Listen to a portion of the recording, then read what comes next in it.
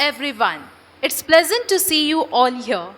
Thank you all for accepting our invite and joining us in huge number. I, Clevita De Souza, Head of Department of Pathology, along with the staff and students of Dr. M.V. Shetty Institute of Allied Health Sciences, welcome you all for this interactive and creative educational CME Eureka 2019. Eureka! I have found it. Yes, we, the staffs and students, have been looking forward to this day. I pray, let God bless and make this CME a successful one. May I request our principal, Mrs. Sri Priya Rao, to escort the dignitaries to the dais.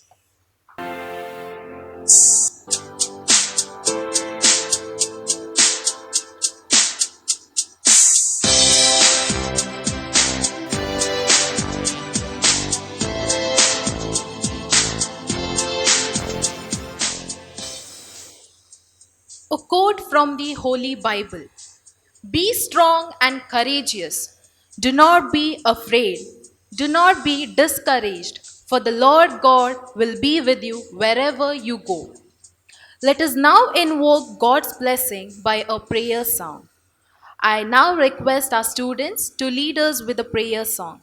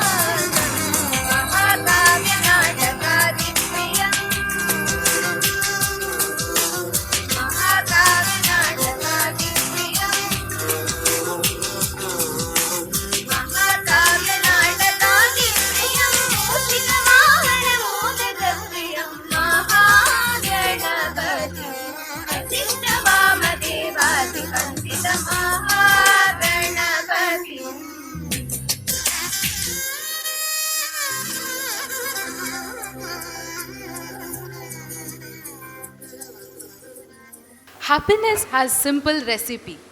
Cherish your dearest, welcome your nearest, admire the simplest, honor the littlest. To cherish our happiness and add more warmth to it, I request our principal, Mrs. Sri Priya Rao, to welcome the gathering. A very good morning, one and all gathered here. We are very much honored to have you all here with us today. I take this opportunity to welcome the dignitaries on and off the dais and also the delegates. It is a few words about our founder secretary, Dr. M. Ram Gopal Shetty, a person behind all the success stories of Dr. Shetty Memorial Trust. Because of his great vision, dedication and hard work, we are here today. My humble welcome to Dr. M.R. Shetty in his absence. We are very grateful to you, sir. Nothing is impossible. The word itself says, I am possible. This is what our trustee, Dr. Divyanjali Shetty is. a true inspiration and driving force of Dr. M.V. Shetty Group of Colleges. I feel privileged to welcome you, Madam, as the President of the function. I now call upon Ms. Hemlata to welcome Madam florally. We are fortunate enough to have Dr. Murali Keshav, the chief guest of today's function. Dr. Murali Keshav is pediatrician by profession. He is giving services as consultant pediatrician at Sparsha Children's Clinic, honorary assistant medical officer and in charge of NICU at Lady Goshen Hospital, assistant professor at KMC Mangalore, medical director Sparsha Diagnostic Bendurwell, Mangalore.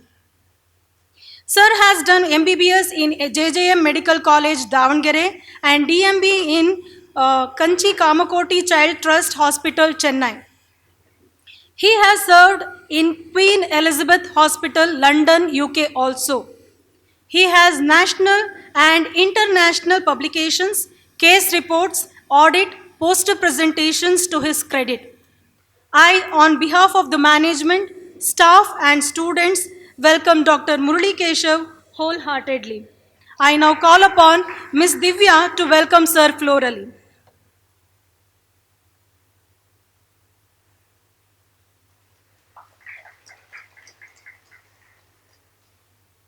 Productivity is never an accident. It always the result of a commitment to excellence, intelligent planning, and focused effort. We are grateful enough to be under the organized academic director, Dr. Suma S. Rai. In spite of my repeated disturbances in between her routine busy schedule, her patient listening and dignified guidance has made this CME systematically. She is here today as our guest of honor. Wholehearted welcome to you, Madam. I now call upon Mr. Lakshmi Narayan to welcome Madam florally.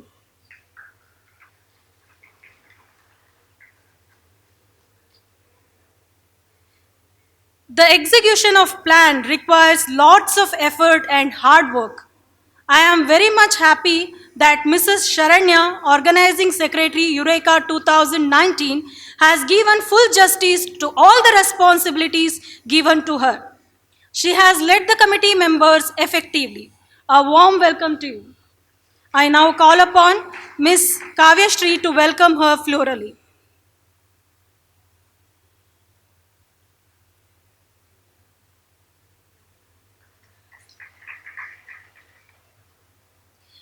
It's my privilege to welcome all the strong pillars of Dr. M.E. Shetty Group of Colleges, the principals. I welcome you all thankfully. I request Ms. Aishwarya to welcome them florally. I welcome the resource persons of today's CME, Dr. Ganesh and Dr. Savita Bhatt, who have wholeheartedly accepted our invitation and come here to share their knowledge. I now request Ms. Hemlata to welcome them florally. I welcome Professor Akshata Bhatt, Principal Tejaswini Institute of Allied Health Sciences. I request Ms. Divya to welcome her florally.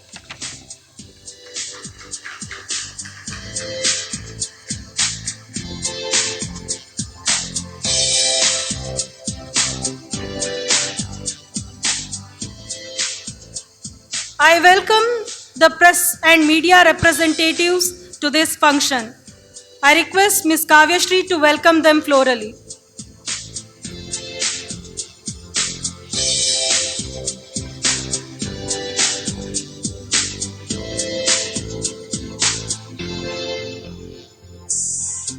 I welcome all the faculty members participating as delegates in this CME. I welcome all the staff members of Dr. M.E. Shetty Group of Colleges. A dream does not become reality through magic. It takes sweat, determination, and hard work. I appreciate my team, the staff members of Dr. M.V. Shetty Institute of Allied Health Sciences, for their restless effort and dedicated work. I welcome you all. I welcome all the non-teaching staff members of trust colleges to this function. The success of this CME is due to the presence of student delegates of other colleges. I welcome you all. I hope you will enjoy our hospitality. My students are mischievous, energetic, enthusiastic, and creative. They have supported us with their high energy levels. A loving welcome to you all. I request our dignitaries to come forward and light the way of knowledge.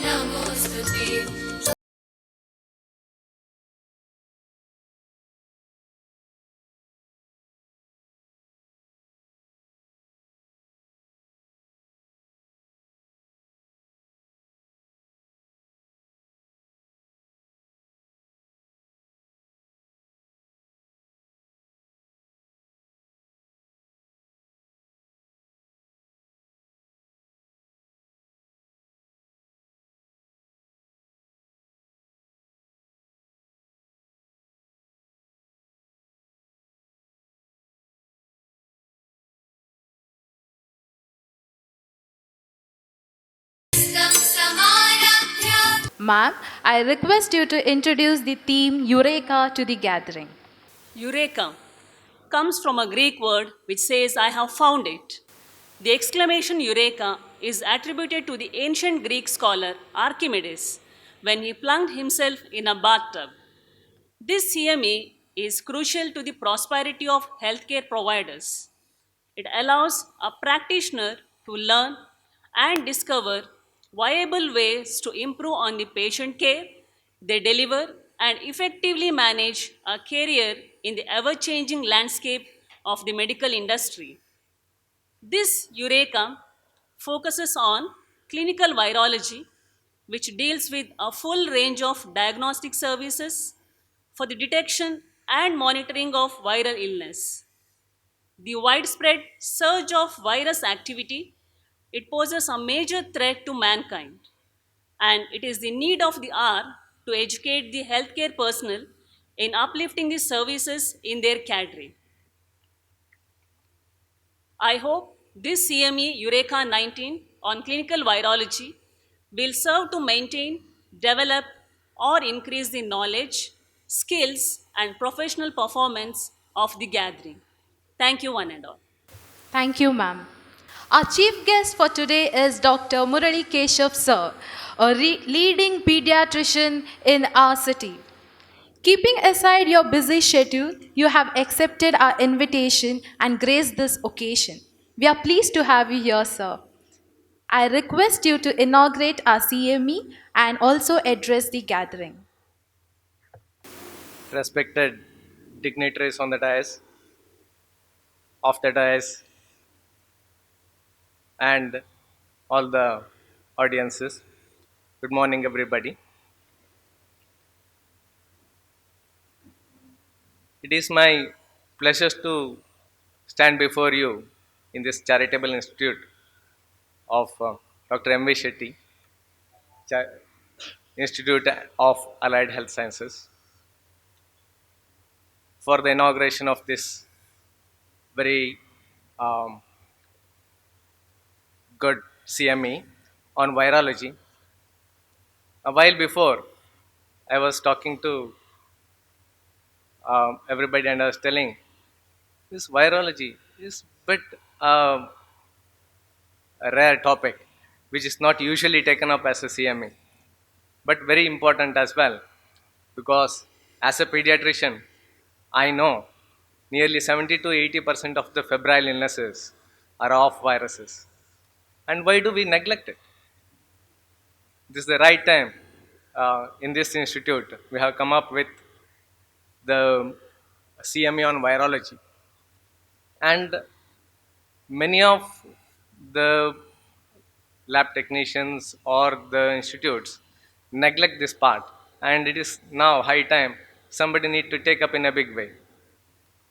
RT-PCR, mainly real-time polymerase chain reaction, it's coming up in a big way, and it's not that difficult either. And I expect all the people here to learn something out of this CME and apply it to the mankind, give it back to the society. When in my institute or wherever I teach my students, I always tell them, if you go to a CME or if you learn something, you leave some people back in the department to do the work and you go for the CME. That means they're compromising their knowledge for you.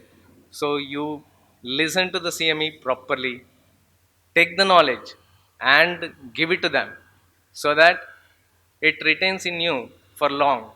And meantime, plan for uh, something to give back to the society as well. So, like when we started the Sparsha, we thought, okay, we did not start with a definite idea as to grow or do something. It was only a thought of a byproduct of our polyclinic. But but then we found so many needy, so we made it 24 hours. We made it 365 days, and any day, anywhere, home service, everything we started, and we started with the rarer services in Mangalore. Probably we are the one to come up with RT-PCR 24 hours, 365 days with 1 hour reporting for the first time in Mangalore. Probably this is only a small thing to convey you, but many of you can gather knowledge from this virology CME and take it up in a bigger way with more of scientific knowledge. Okay. And I expect more and more such CMEs come up from this institute and help the students build their career. It's always not that what you learn, how you learn, it is how you implement and how you improve is very important in every walk of life. I have seen one of my ortho colleague, surgeon. He does laparoscopic, endoscopic, and the scopies. He started developing his own sort of scopies, and he has patents for his name. This is only a small example. Okay, so what I mean to say is these such CMAs should come up more in numbers. Involve yourself, take the knowledge, learn something innovative, and give it back to the society. With these few words, I think I don't want to stand before you and the knowledge for a longer time. Okay, and I expect all of you to have a ocean of knowledge in front and gather it and take it forward. Thank you, one and all. We have among us Dr. Divyanjali Shetty, trustee Dr. M.V. Shetty Memorial Trust, who is a constant support and backbone to our institution. It's a privilege to have a strong personality who inspires us by words and deeds. Ma'am, I request you to kindly grace this occasion with a few words. Chief guest, Dr. Murali Keshav, Director Academics, Dr. Sumarai, Professor Dr. Sri Priya, and Professor Sharanya, dignitaries of the dais, student delegates. This workshop, or CME, ensures to introduce and enlighten the delegates about recent developments and challenges. Those who are graduate professionals have gained job related and society related experiences and might themselves have much to share, especially with those who are student delegates. Importance is given to viral diseases and its effect in developing countries. At this point, as healthcare professionals, we ask ourselves, how prepared are we to face multiplying and modified diseases, either viral or bacterial, that with a pandemic reach can not only affect but prove fatal to large swatches of the population? What is the toll it takes on the population? Viruses like Ebola, HIV, etc., emerge in different continents, but then later spread to different countries too. How should the healthcare professionals handle this? The antibiotics in the market, how effectively does it control most of the bacterial or viral infections? And are these medications causing a greater or lesser threat to human health? Being a part of the CME helps healthcare professionals to update oneself on latest developments and be aware of the challenges in medical sciences which one faces.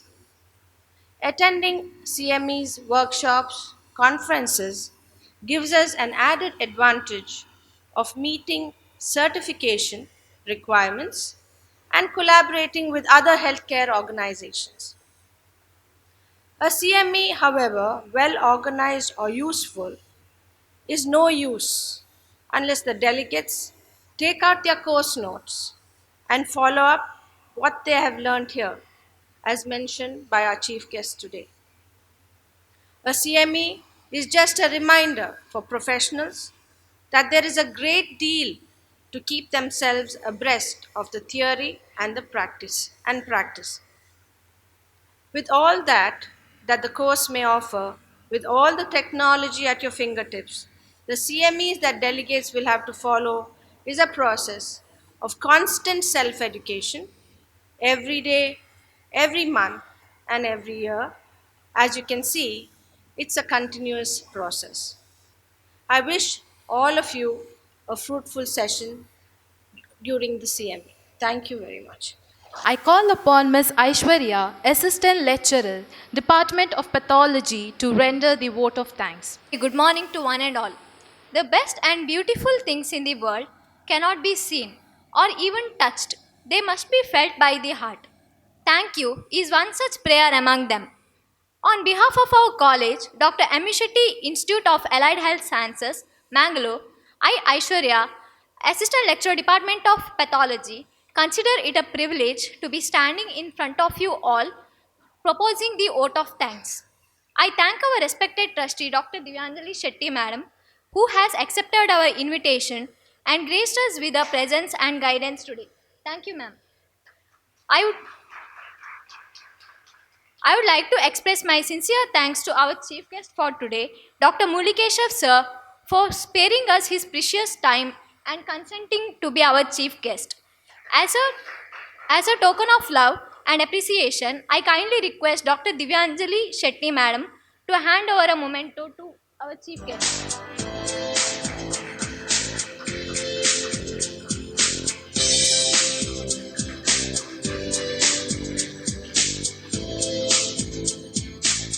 Thank you, ma'am. Thank you, sir.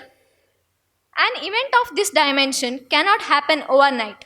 The wheels start rolling months in advance. It requires meticulous planning and execution, and an eye for details. We have been fortunate enough to be backed by a motivated and dedicated team headed by our beloved principal, Mrs. Sripriya ma'am. She has been the mind and person behind the entire CME. Thank you, ma'am, from the entire organizing committee. I extend my gratitude to our organizing secretary, Mrs. Sharanya ma'am, who has put in her best efforts to make this CME possible. Thank you, ma'am. All the sponsors, Manager of Cooperation Bank Pandeshwar, Bank of Baroda, Mr. Richard Roshni Laboratory, Akshara Printers, and Warden of Seco Hostel, Mr. Jairaj Shetty, and Karthik Lodge. I would like to extend my gratitude to Mr. Appu Shetty sir and Bharat sir for their support. Special thanks to Mr. Ashok for backing us with the technical support and making this event successful. Thank you, sir. I would also like to thank Mr. Sachin for all the food arrangements. I thank all the students for their interest and indulgence in the program. Finally, the wonderful audience who have turned up in such overwhelming numbers. We thank you all for your patience and cooperation. Thank you. Last but not the least, I thank all our non-teaching staffs and volunteers, without whose helping hand this event would not have been possible. Thank you. Please forgive me if I have missed out on the people who helped us in making this event successful. Thank you. So, good morning, students. Today's topic, as you know, is emerging viruses. So, I am from KS Agri Medical Academy, bringing you warm wishes. So, today's topic is emerging viruses. This is a very wide topic. As you know, every day different viruses they emerge because of various reasons, and you'll be seeing so many like this alerts, emerging viruses, emerging threats, and one of the virus, Japanese encephalitis virus, dengue virus, and now we have the Nipah virus in Kerala. So these are the different emerging viruses we can see, and like that we have the very different types of viruses coming, and we have the difference. The various reasons for this is many. We will be looking into that.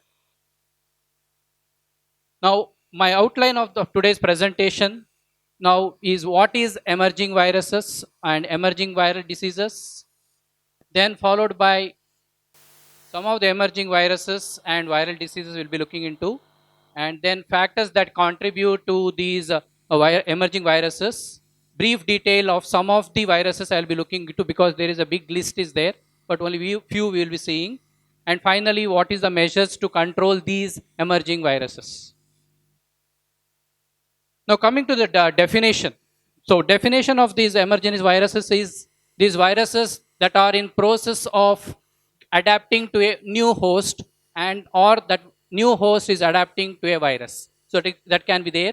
And definition is these are the diseases whose incidence in humans has increased in the past 1 to 2 decades or threatened to increase in future. So that is the definition for emerging viral diseases. And we have certain examples where HIV, coronavirus, influenza virus, you can see every seasonal episodes we are seeing, and they are constantly emerging. Now along with that, regularly we will be looking into these dengue virus, Japanese encephalitis viruses in India. Now coming to the emerging viral diseases, now 70% of these emerging infections in human are zoonotic in nature. That is, these viruses are present in the animals and they are transmitted to human beings through animals. And out of these 2/3, that is, you are obtaining them from the wildlife. And this is mainly because of habitat destruction, and this lead to, that is mainly because of unplanned urbanization that is taking place. And because of this, the humans, they come in close proximity to the along with the animals as well as the vectors, and that is resulting in these viral infections.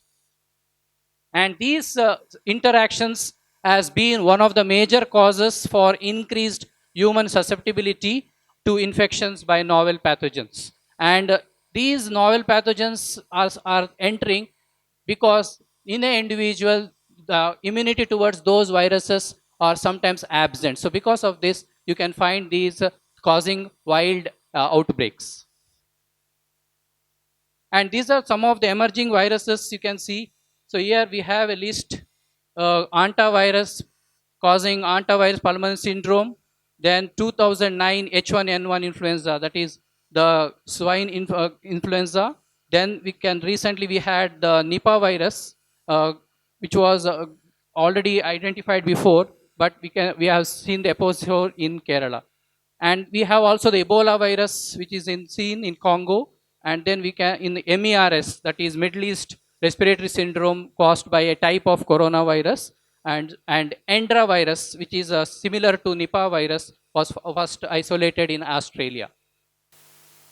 And the reason for that is the commercial air travel, globe trade, that commerce, then urbanization, unchecked so population growth because people used to grow away one place to another, and then climate change, which is the most important for these viral infections.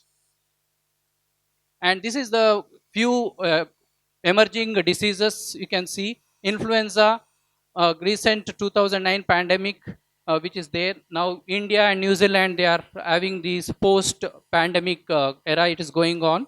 And this was for H1N1 pandemic 09. Now, Marburg hemorrhagic fever, it was first identified in 1967 and caused by Marburg virus, Ebola hemorrhagic fever by Ebola virus in 1976, and AIDS 1881, later 83 it was identified. The hepatitis C causing virus, so 1989, and we have the 2015, that is Zika virus, a flavivirus which is causing Zika. And for this, for the infections to occur, emerging infections to occur, we have to have this cycle. Now, this cycle is there, the virus, host, and vector. So, virus is infecting the animals, that is, and this vector, it is transmitting these infections, viral infections from animal to animal, and this is taking place in a wildlife, or it can take place in a z- uh, in the forest. Now, the individual, that is, human beings, when they enter these habitat, there is chance of these vectors biting the uh, human beings, and that is how the infections are emerging. And besides that, any climatic change or any surroundings, if you are not keeping the surroundings clean, so that is the reason why these mosquitoes, they multiply in large numbers, and best example you can give of dengue virus.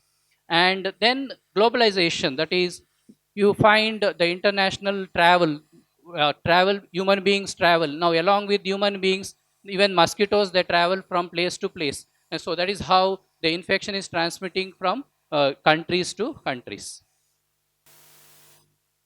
Now, these are the different factors which can underlie the emergence of diseases. The first one is the increasing population, poverty, and malnutrition. Second one, increased domestic and global connectivity. Economic factors leading to population migration and social practice. Prevalence of immunosuppressive diseases. Unplanned urbanization and deforestation. So when for deforestation is taken place, the wildlife, the trees, they are removed. So the habitat of these vectors, it is completely destroyed. So they go to other area, and that is how the infections are spreading. And then change in agriculture practice such as mixed farming. Sometimes instead of doing only rice farming, they do other farmings which is not required for that particular area. So because of this, they may be attracting new different viruses. And then the genetic alteration taking place in the virus itself. So these are the various factors that can underline the emergence of viruses. And these are the some of the factors individually for a host. So human demographic, demo change, human behavior, that is mainly example HIV and hepatitis B, susceptibility to infection, which is a case of immunosuppression, HIV, poverty and social inequality, enteroviruses we can study of. And these environment, again, they can be a cause for the emerging viruses, climate and change ecosystem, and urbanization, deforestation, example is arbovirus, and technology and industry, that is food processing and others.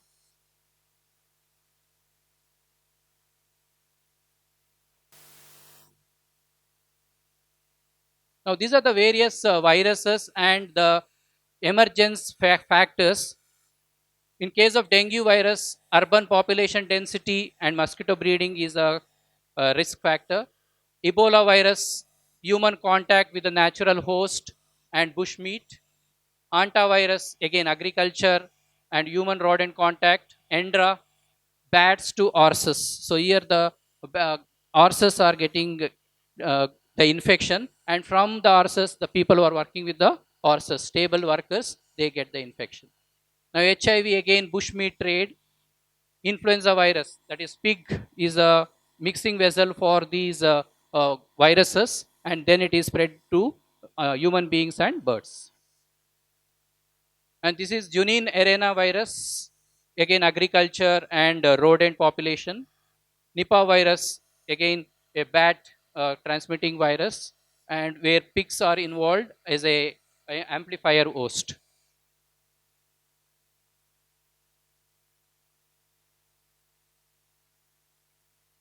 Now, there are other attributes to emergence besides this, like we have a mass gatherings like melas, sports events, social activities, programs, political summits like Kumbh Mela every 12 years in India it is taking place, Mahamahamim Kumbakonam, Mahapurusha in AP, Velankani Annual Film Center in Chennai.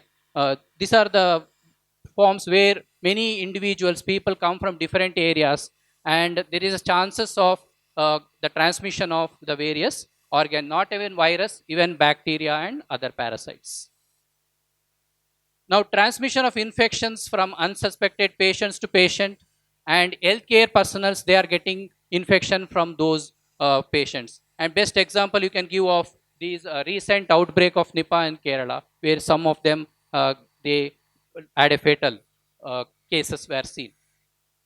Then these are the even laboratory accidents that can take place, and any biosafety measures you are not followed properly, this may also lead to infections like buffalo pox virus, which was seen in a form of a biomedical researcher following injury while he was working while doing the research.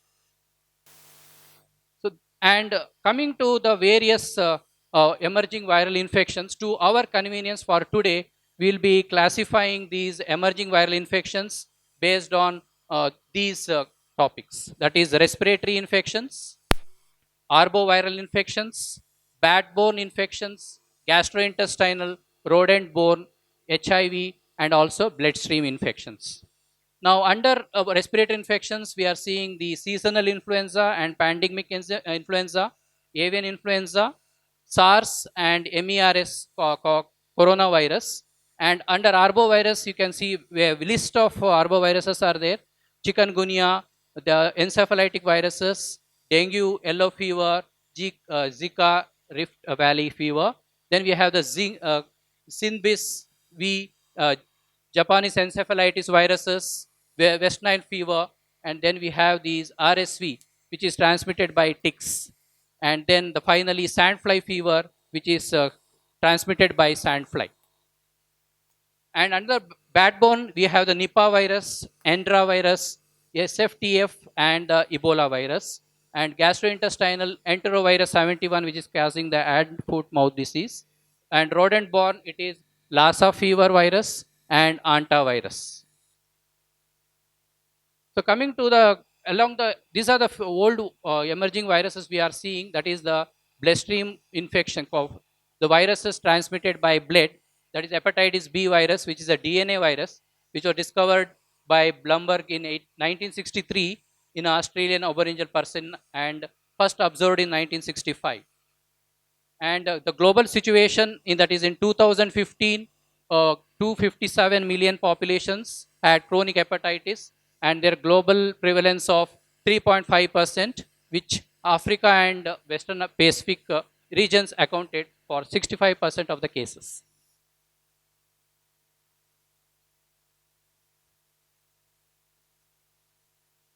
The situation in India, that is prevalence is of 3.7% with 40 million HBV carriers, and highest prevalence was seen in Andaman Nicobar Islands tribal areas. And elimination of hepatitis, in this regard, WHO introduced global health sector strategy for viral hepatitis, which aims at the elimination of viral hepatitis as a public health threat by 2030. Then comes the HCV virus. So this is a RNA virus, which is non-preventable, whereas hepatitis B virus can be prevented by vaccine, but this doesn't have a vaccine. So this is a Aedes albopictus. So that is the reason how the infections multiply.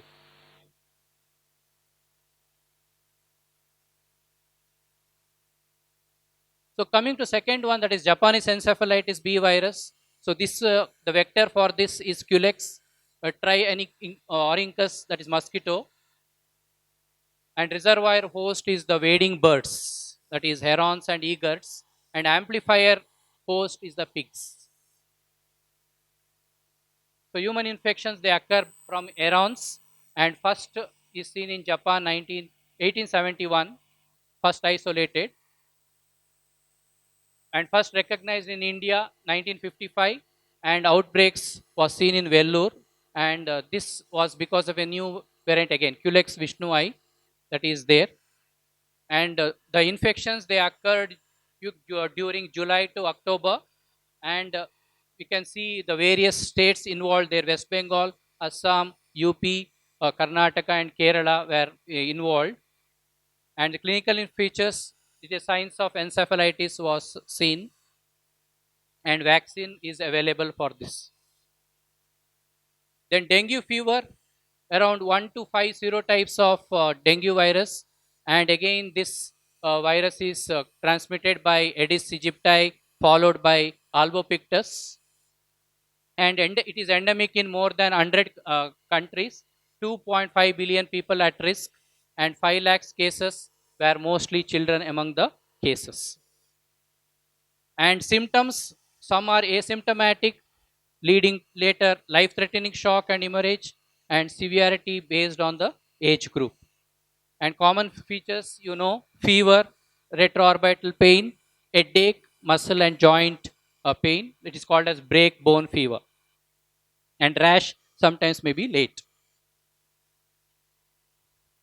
The situation in India, so it is found to be more prevalent in India in most of the towns and cities. That is urban, it is mainly found. And between 2010 to 2017, more than 6 lakh cases with 1560 deaths were reported. And in 2017, around 1,57,220 cases were reported. And Tamil Nadu and West Bengal, they were there in the race. And 4 dengue serotypes were seen in India, and dengue 1 and dengue 2, they were widely spread in the country. Now coming to the next virus, which is a new virus, 2015 it was first identified. So it is again a flavivirus, first identified in the Zika forest, Uganda, 1947. Can anyone tell me what is 1947 for us? Yes? Independence Day, very good. So in 1947, Zika forest in Uganda, it was first identified, and the virus was isolated in Nigeria in 1954, and serological detection throughout Africa, Asia, but there was no outbreaks recently. So again, vector for this is Aegypti and Albopictus, and reservoir host is the monkeys. And again in 2007, there was outbreak in Yap Island, and then here the new vector, that is Encili, and later every 5 years there was a outbreak in 2013, 2014 and 2015 in some of Fiji. That is the latest outbreak seen. And in February 2016, Zika virus was declared as a public. And in India, first report was there, where 3 confirmed cases was from Gujarat.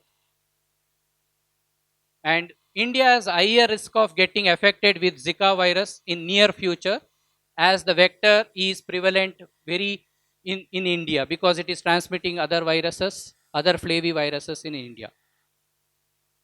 Then coming to this fever, yellow fever, luckily this is not there in India. It is spread by flavivirus, and it is by 7 genotypes of the flavivirus. Mainly it is endemic in West Africa and Central South America, and not found in rest of the world, including India. But annually worldwide, that is 2,000 cases and 30,000 death was identified, and 90% of them were from Africa. So no yellow fever in India because no case was identified, but there is a potential of developing yellow fever in future because of the widely distributed vector Aedes aegypti in India, and the tropical climate condition, which is very much similar to that of Africa. So hypothesis for absence of viral fever in India is mainly because of one, that is the quarantine of the people who are traveling from endemic areas, and then the circulating antibodies that is dengue antibody circulating in the individual, which is cross-reacting with the these yellow fever virus. So that is the reason, two reasons which is important for finding of yellow fever, not finding in this India. Next. Then coming to the next disease, Casanur forest disease. So this was first identified in Shumaga, again caused by flavivirus, but it is transmitted by a tick. And monkeys was the amplifier hosts, rodents and squirrels in the forest. They are the hosts, regular host. So the vector for this Haemophysalis spinigira, they are the hard ticks, and currently five districts are mainly involved here. That is North Karnataka, Dakshina Kannada, Chikmagaluru, and Udupi. So these are mainly there. And this is a seasonal outbreaks. You can see during dry months, that is January to June months, it is mainly seen. So largest outbreaks was there in 83-84, around 2,167 cases and 69 deaths were identified. Now again in 2003-2017, confirmed cases was 23 and 28 deaths. And in 1919, a vaccine was identified, a formalin inactivated chikungunya vaccine, and because of that, there was decline in the cases. And again in 2012 and March 2013, cases were there, but not that much what was seen in the first outbreak. Around 610 confirmed cases were seen. Now coming to this Crimean Congo hemorrhagic fever virus. So officially it was named in 1973 and it was first identified in 1940 in Crimean Peninsula among the agricultural workers. So transmission is again by a tick here, different type of tick, that is Ioloma ticks, which was mainly seen in the cattle. Place former Soviet Union and Middle East Africa, that Middle East and Africa were the isolated areas. Now clinical features, severe thrombocytopenia, encephalitis, bleeding was identified and followed by DIC and shock. So in India, certain focal cases was identified in Gujarat in 2011, that is 4 cases, and also it was identified in 2013.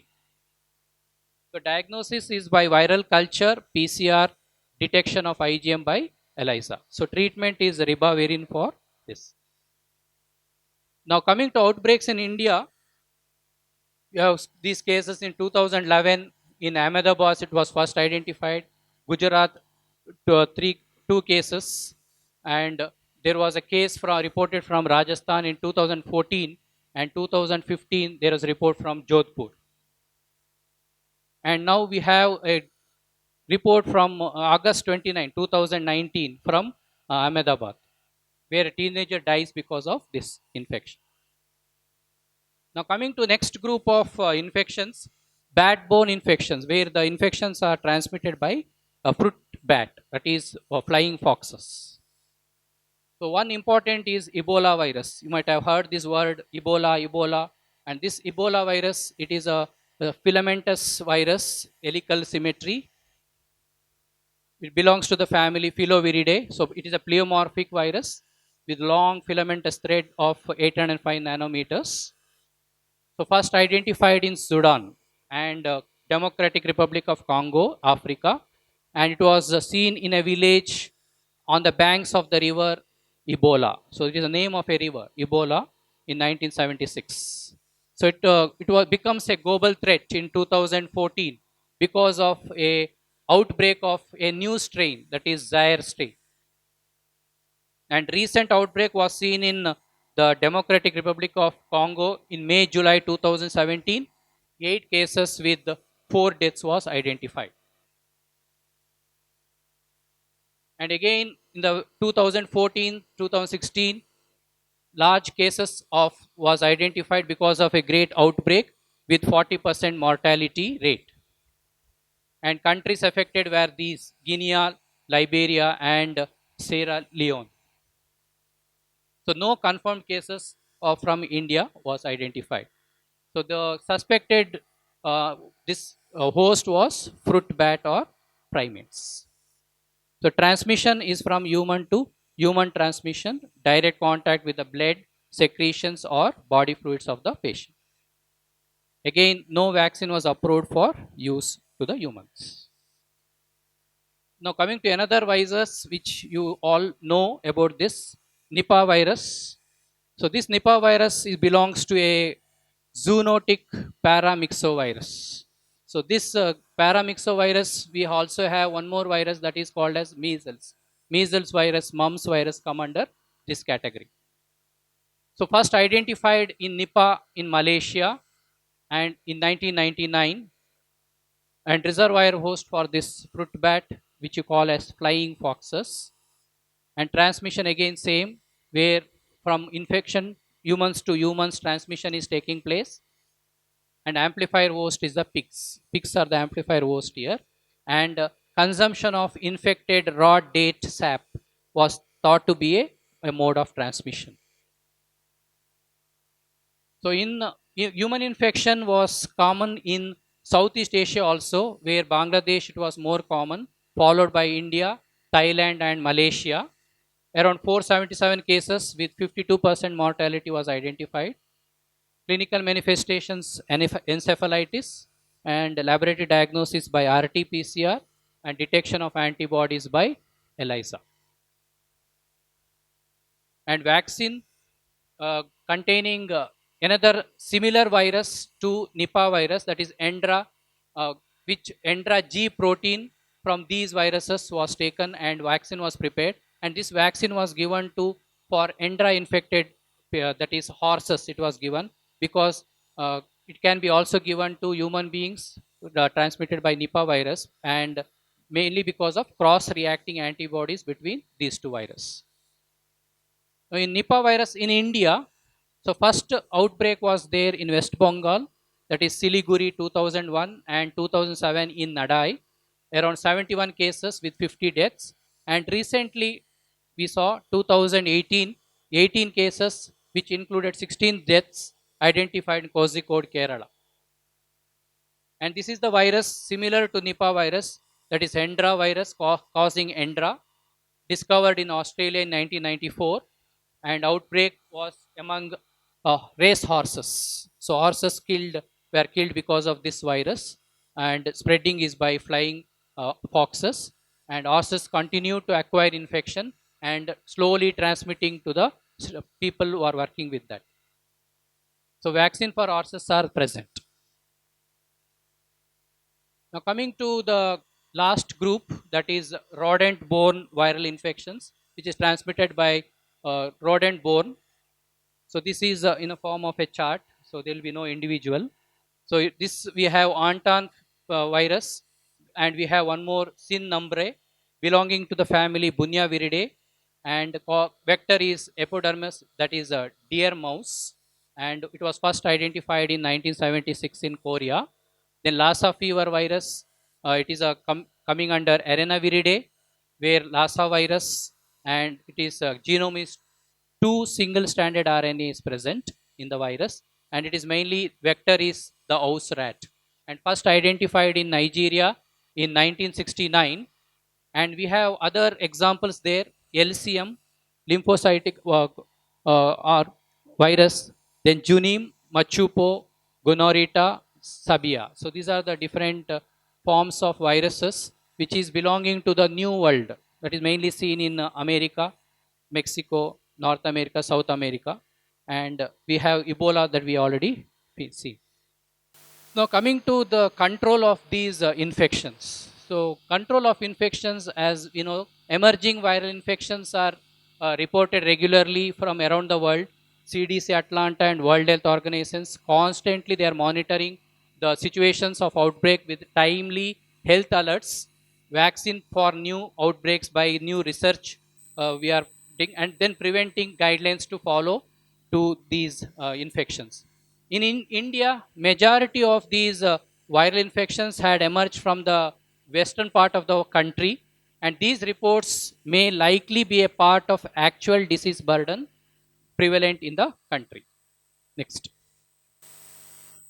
The reports may include only symptomatic cases and or geographic cluster. Only in one area, small cluster of cases are identified so by health facilities. And this is mainly because the surveillance systems stationed to monitor the infections might have missed the cases that are subclinical ones, or it may be because only sporadic cases was identified and some cases were not identified by the various public health facilities. So, a well functioning public health infrastructure and disease surveillance system contribute to disease outbreak alerts that in turn contribute to successful controlling of the disease. Now, in India, the Department of Health Research and the Ministry of Health and Family Welfare, Government India, have joined hands to set up a network called as Virus Research and Diagnostic Laboratory (VRDLN) to establish and strengthen the network of laboratories across the country to create the infrastructure for timely identification of the virus causing outbreaks. So this particular network, it provides virological diagnosis to patients attending tertiary health facilities, thereby helps in generating surveillance data on common viral diseases for control of outbreaks in the future. And we have some viral surveillance units in South India, like National Institute of Virology, Pune, NIMANS, Bangalore, and Manipal Institute of Virology, Manipal, Karnataka. Now, we have in hand certain tasks to follow while dealing with emerging viruses. So, surveillance at the different levels, national level, regional level, global level, and it is mainly based on these areas: epidemiological, laboratory, ecological, and anthropological area we have to see. So, investigations and early control measures and implementing these preventive measures properly so that behavioral political environment can be blown off. So then monitoring has to be done, evaluation has to be done on those outbreaks, and send the reports to the higher authorities. So these public health surveillance units and response systems should have the ability to rapidly detect unusual, unexpected, unexplained disease patterns and report immediately. So that is the reason why some of the viruses such as the coronavirus, MERS virus was stopped from spreading to other countries. So we have to also have track and exchange information between the countries to see what are the uh, uh, things that we can do to stop the virus. So contain the transmission swiftly so that it will not be spreading to other countries. And this is a network which is there in the international level, coordinated by WHO, and mechanism for combating international disease outbreaks, and ensures rapid deployment of technical assistance, contribute to long-term epidemics, preparedness, and capacity building. And these are the best defense you can make of. Please change. So we should have a coordinated, well-prepared, well-equipped public health systems, and there should be a partnership created between the clinicians, the laboratories, and the public health agencies. Next. For improved methods for detection of surveillance. And this will result in effective preventive and therapeutic technologies and strengthened response capacity. And these are the political commitment should be there, only then we can prevent the infections. And this regular international collaborations should be going on so that we can exchange opinions and advices for preventing the infections. So coming finally for take home messages, which we already saw, emerging infection diseases, around 25% of the emerging infection diseases are viral in nature, and these are zoonotic, 70% of them, and 2/3 are there arising from the wildlife. And out of that, 23% are vector borne, and significantly there is a rise in these infections, and they're becoming day by day a threat for us, and because of non-random geographical distribution of these viruses. So these are the factors we all saw. Some of them: deforestation for urbanization, changing climates, altered human behavior and demographics, increasing international travel. Nowadays, travel going on, and globalization of world economies. And this will lead to the multiple viruses emerging to occupy certain areas and producing various syndromes in various parts of the world where they have never been existed. And these are the recent outbreaks in 22 October 2009, 19 measles, Ebola virus, 17 October 2019 Republic of Congo, and 18th October Middle East respiratory syndrome in Kingdom of Saudi Arabia.